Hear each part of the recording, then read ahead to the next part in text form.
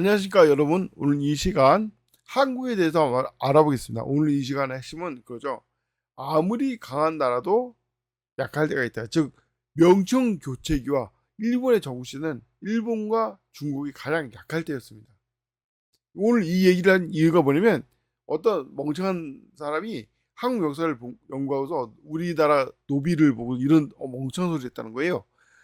다른 나라를 침략하지 못해가지고 뭐 자국인을 노예로 삼다 이런 멍청한 소리 했다는 거예요. 아, 저게 맞는 말입니까? 헛소리지? 왜 헛소리냐?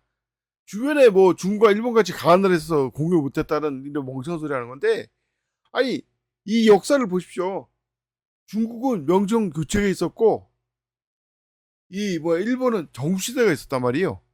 심지어 일본 정시대 때 한국에는 누구냐면 세종대왕이 있었어요. 즉 조선의 최저성기인 전성기인 세종대왕 때 일본의 최약자였던 전국시대였단 말입니다.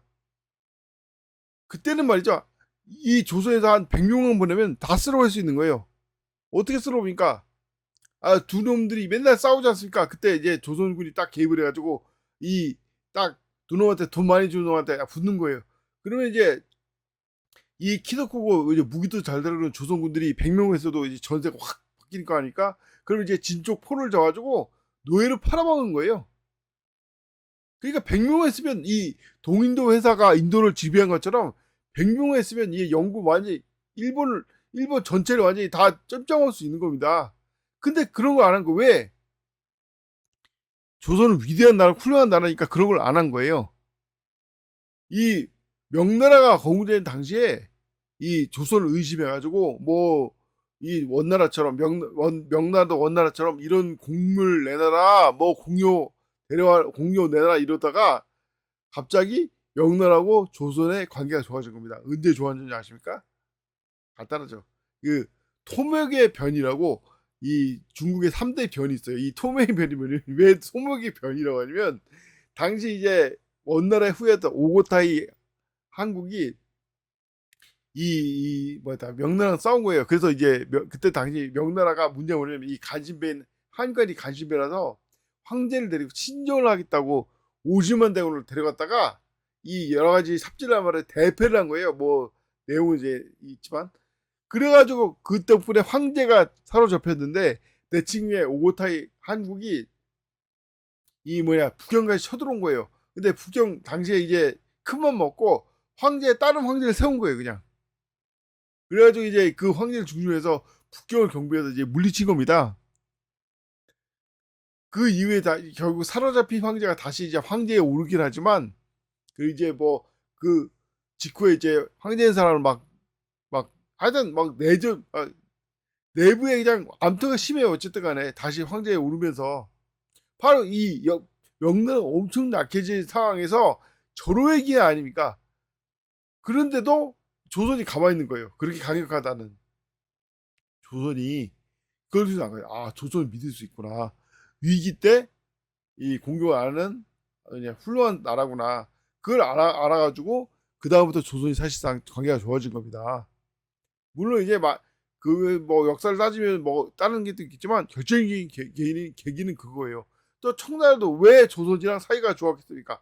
청나라 건국 역사상 엄청난 위기가 있었죠. 바로 3번의 난.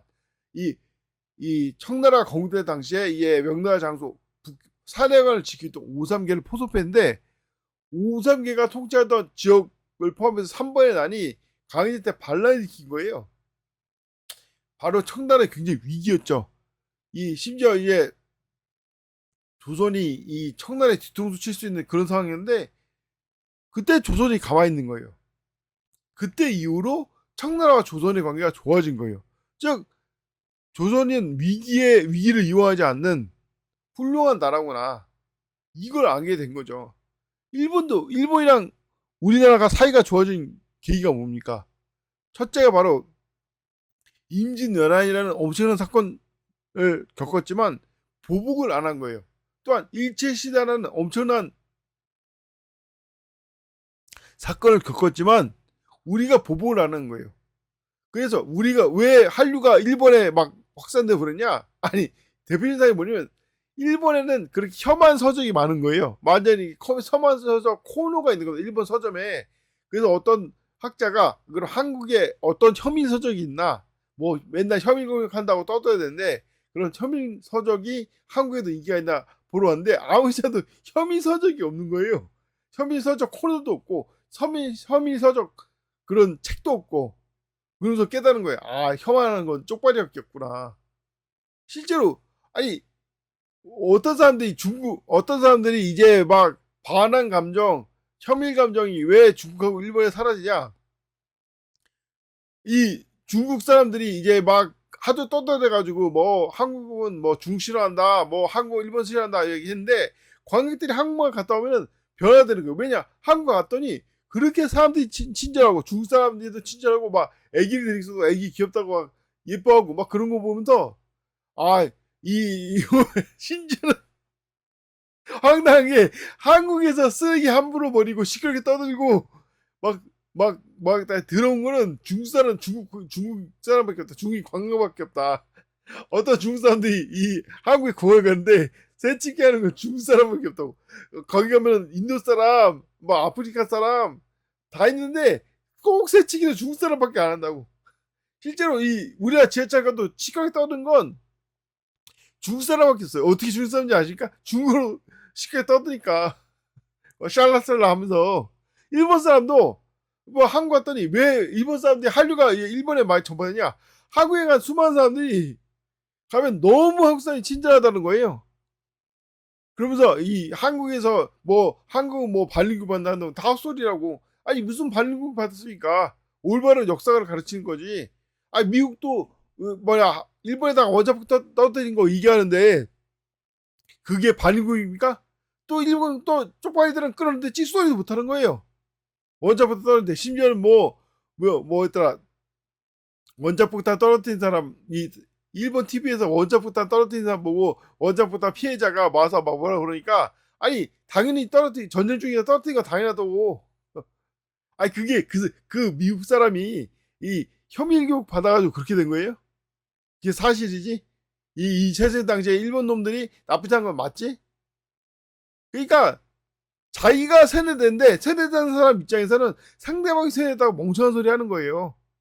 심지어 우리나라에 이제 중국의 더 글로리라는 드라마가 인기가 있어가지고 어떤 중국인이 이 글로리에 나왔던 연진이 흉내를 왔는데 너무 코스프레인데 너무 똑같은 거예요.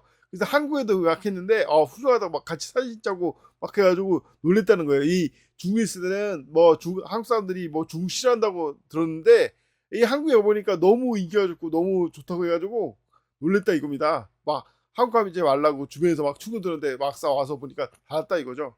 자 이런 것처럼 이런 것 때문에 이제 한국과 중국 사이가 오히려 이제 중국과의 쪽발이가 이 시켜서 짱깨죠. 이 애들이 막 조직적으로 이 혐오 감정을 퍼뜨리는데 이게 왜 그렇습니까? 바로 이걸 통해서 이제 국민들을 단합시킬 정치적 목적이 있는 거죠. 하지만 여행 온 사람들에 의하면 여행 온 사람들이 심지어 뭐 부산병, 서울병 생긴 정도로 뭐 한국 사람들이 친절하고 치안도 좋고 뭐 편의점도 물건도 잘 팔고 결국 결론이 뭡니까? 다 이제 조작이라 이걸 알게 된 겁니다. 자, 이수연 사건이라고 유명한 사건이 있어요. 일본 지하철에 일본 노숙자가 막 지하철에서 떨어졌는데 한국 사람들이 그 사람 구하려다가 죽은 거예요. 세상에 어떤 나라가 식민지였던 사람의 백성이 자기를 지배했던 이 국가의 국민 그것도 왜 그 거지가 지하철에서 죽은 줄 아십니까? 지하철에서 거지가 떨어졌는데 일본 사람들 그 많던 지하철에 있던 일본 사람들이 자기 책임으로 떨어졌으니까 그러니까 죽어든 살든 관심 없다 해가지고 가만히 있다가 죽은 거예요. 그거를 한국 사람 물론 이제 거기 일본 사람도 한 명 그 같이 와서 구조하다가 죽었다고 하더라고요. 어쨌든 간에 한국 사람이 죽은 거예요. 거기 엄청난 충격을 받은 겁니다. 유명한 일본 사람도 아니고 일본 사람 거지가 더러운 행세 거지가 지하철에 떨어졌는데 그걸 구해다 죽은 거예요. 한국 사람이. 세상에 어떤 나라가 이렇게 행동합니까? 어떤 식민지 국가의 백성이?